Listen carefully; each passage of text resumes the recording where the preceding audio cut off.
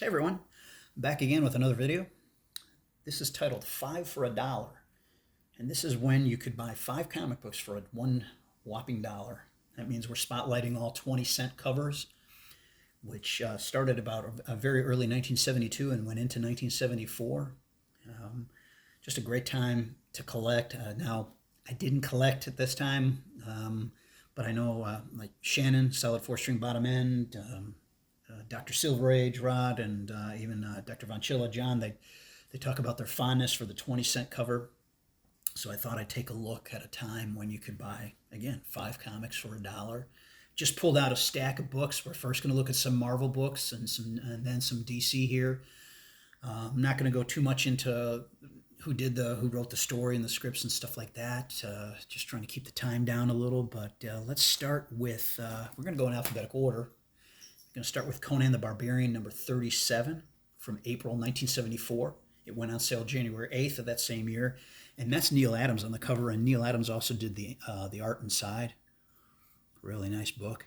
And I was never a huge Conan fan, but anything Neal Adams is great. And Barry Windsor Smith did a great job on this series as well. Cool title. Cool cover. Now here's a title I love. Monster of Frankenstein. Number 3. That's a Mike Ploog cover, of course. May 1973 cover date. Went on sale February 27th. 18 issues in this run. I have them all. Love the series. This is it was the early 70s when Marvel had Tomb of Dracula, Werewolf by Night, Monster of Frankenstein. And my favorite of the 3 is Monster of Frankenstein. And it's the most affordable of the 3 to collect. And it only ran, like I said, 18 issues. The others ran longer. But again, what a cool cover. Revenge. And there's Ploog's. You can see his name there. The Incredible Hulk, number 153. This is a July 1972 cover date. Went on sale April 11th of 72. On the cover, Herb Trimpe does the pencils, and John Severin does the inks. And growing up, I was never a big Hulk fan, but as I got older, I became more of a Hulk fan. He's not my favorite Marvel hero, but one of my favorites. But here's a shout out to Rod, Dr. Silver Age, who loves him some Hulk. Now here is my favorite Marvel hero, and that is Luke Cage. And here, starting with issue 17, it was Luke Cage Power Man. As you all know, the first 16 issues were Luke Cage Hero for Hire. But with the 17th issue, February 1974 cover date, went on sale November 6th of 73, it became Luke Cage Power Man. And that's Gil Kane on the pencils, Dan Atkins on the inks. Guest starring the Armored Might of Iron Man.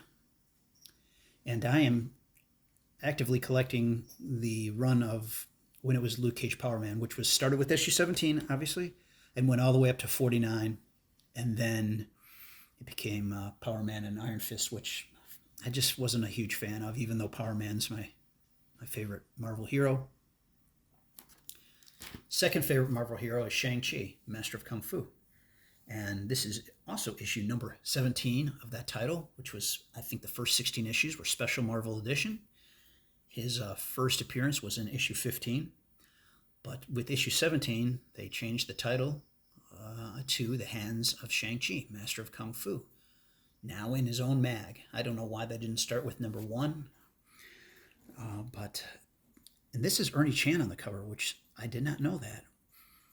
And that's him fighting Blackjack, the man that not even Kung Fu could smash. And they later became allies. And I mean, here Blackjack looks the size of Hulk, but he downsized somewhat during the course of the run of the title.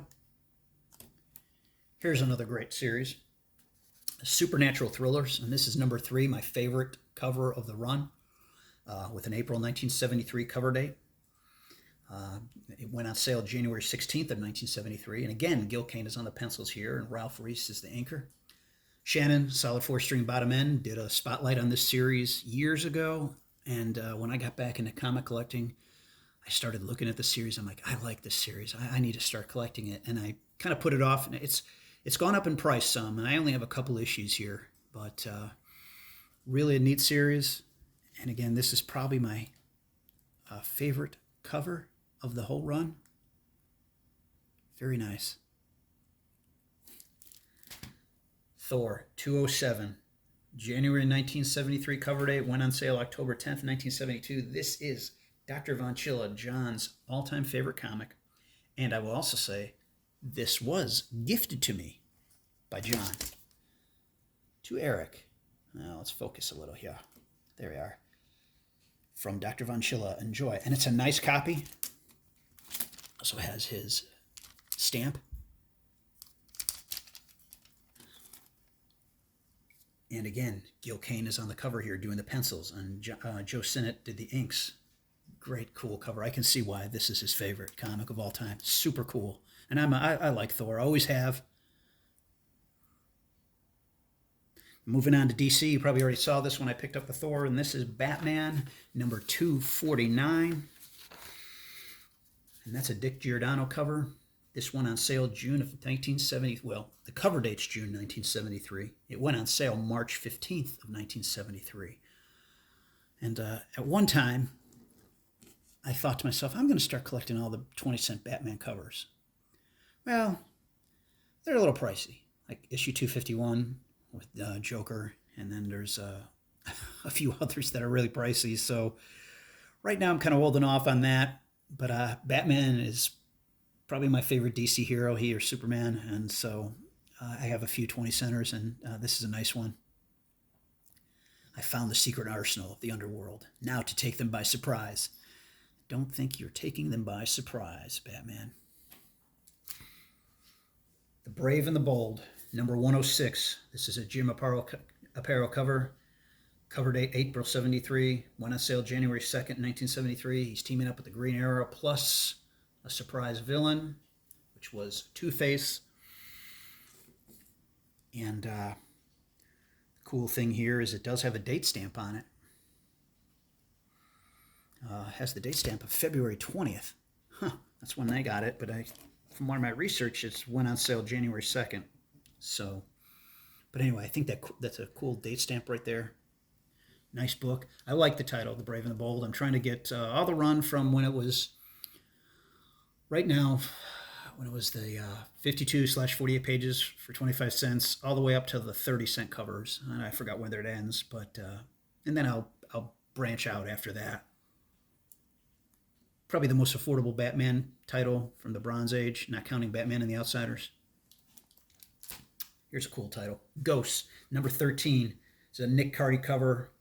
March 1973 cover date. January 2nd, 1973, it went on sale. And this time Nick Cardy is just a workhorse for DC, putting out some great covers. And this was no exception. Nightmare in the Sandbox, Voice of Vengeance, Have Tomb, Will Travel, plus eerie others. Really cool. If you don't believe in ghosts, we challenge you to read true tales of the weird and supernatural. And this is a title I'm trying to collect all the way up until when it became the 50 cents, 44 pages for 50 cents, which I have those three. There was 3 titles for that one. It was the DC Explosion/Implosion. So I still have a ways to go on this, but it's a great title to collect. Here's a favorite of a good friend of mine, Shannon. Kamandi number 7, July 1973 cover date. It went on sale April 10th of 1973. And of course, Jack Kirby's on the cover doing the pencils. Mike Royer's on the inks. This or issue number 18, which is Shannon's favorite. This or 18 is probably my favorite, are my 2 favorite covers of the title. I really do like this one a lot.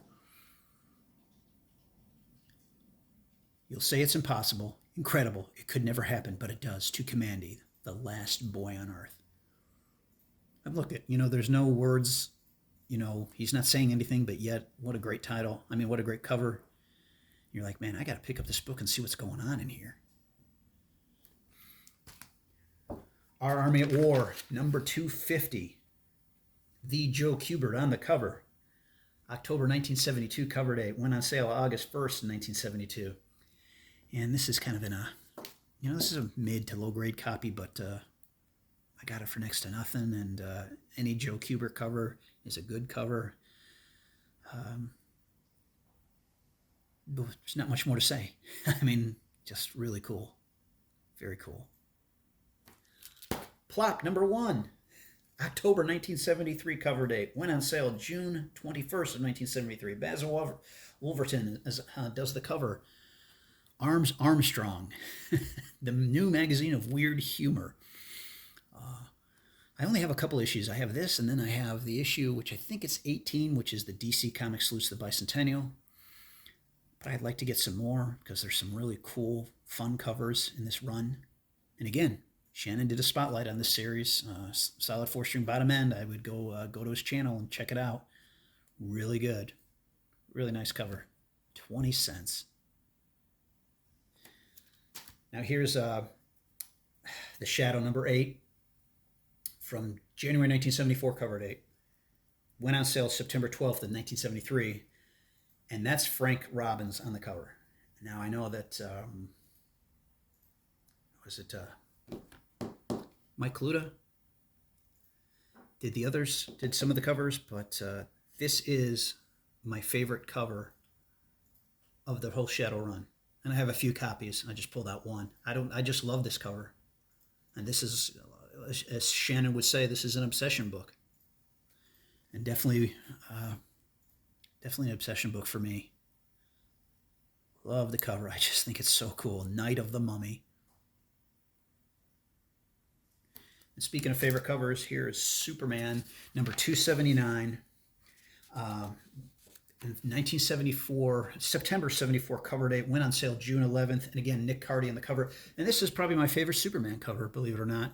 This is the second time he teamed up with Batgirl. I think it was an issue, I want to say 268 was the other one. It was a cool purple cover, but I like this one a little more. And definitely, it is my favorite Superman cover. Again, that's Nick Cardy. Speaking of great covers, oh, here you go. I mean, I know that the first 10 issues of Swamp Thing, Bernie Wrightson did the covers. They're great. And then starting with 11, they had a new writing team, new art team. And actually, Nestor Redondo did issue 12. I think he did the remaining issues starting from 12, but with issue 11, Luis Dominguez did this one. This is an August 1974 cover date. Went on sale April 2nd of 74. Swamp Thing number 11. I love this cover. I think it's a great cover. I mean, I don't think you're losing anything by going to Luis Dominguez here with number 11. And it has a nice little date stamp.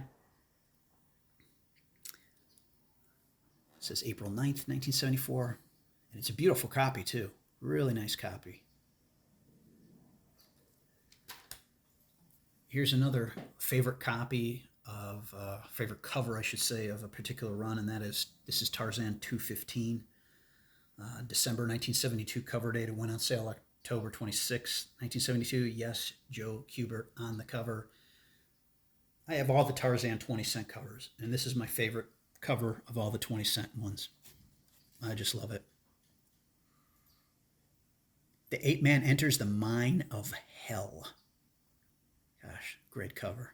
Nice copy, too. And last issue for now, Weird Western Tales, number 16. March 1973 cover date. It went on sale December 7th, 1972. And that's Nick Cardy on the cover. And you can see at the top, Jonah Hex plus El Diablo. And obviously there's El Diablo on the cover. Cool cover. Again, Nick Cardy. I think he doesn't get enough praise for the covers he did and the amount of work he put out. But there you go. This is just a spotlight of some 20-cent covers at a time when you could buy 5 for $1. Thanks for watching, everybody. We'll see you in the next one. Take care.